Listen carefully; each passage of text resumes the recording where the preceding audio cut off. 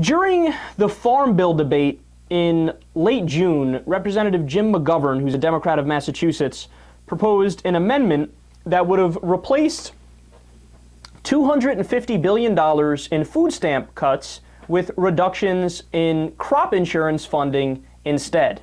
So basically what this was is his way of saying, why would we cut for the poorest among us and the worst off amongst us, who, by the way, just need those food stamps to get by and eat and survive?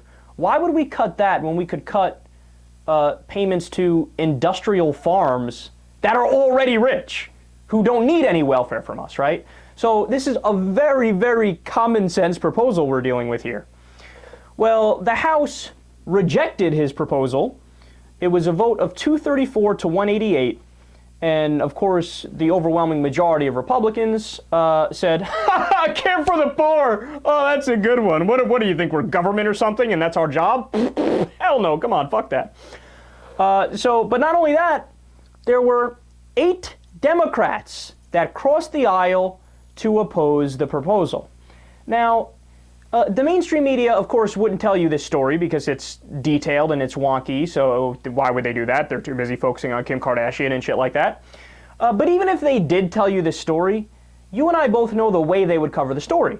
They would say, some moderate Democrats crossed the aisle and voted with the Republicans on this bill. Or they would say, the blue dog Democrats, that's the terminology for the red state Democrats who often vote with the Republicans. But it would be a vapid conversation. They wouldn't give you any details. So get this. You ever wonder, well, wait a second, why, if they're Democrats and they were elected to be progressive, why are they fucking over the poor and voting down food stamps, but giving the corporate welfare to the agriculture companies? Well, get this. The Center for Responsive Politics looked into the past of all of these Democrats who voted wrongly on that bill, and they found out that combined, they've taken $6.3 million in campaign contributions from the agriculture industry. Now, I absolutely, positively love this story. I can't get enough of this story. And of course, I'm upset that the proposal from Jim McGovern, which was a fantastic idea, didn't become law because it should have become law. It is a common sense proposal, right? But here's why I love this story. Because in a nutshell, it's perfectly emblematic of how politics in the United States of America functions. It's all a farce. It's all a farce.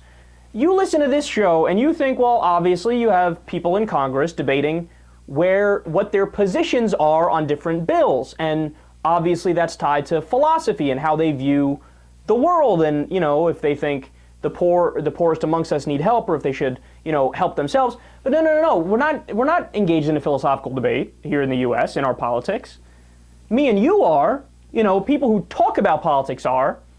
But the politicians are simply voting the money.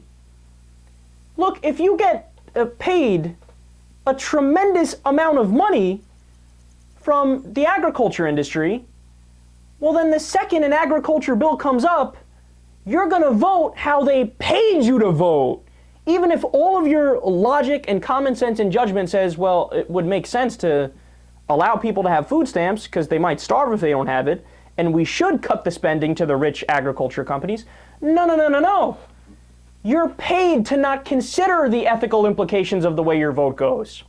You're paid to put that aside and vote how your donors told you.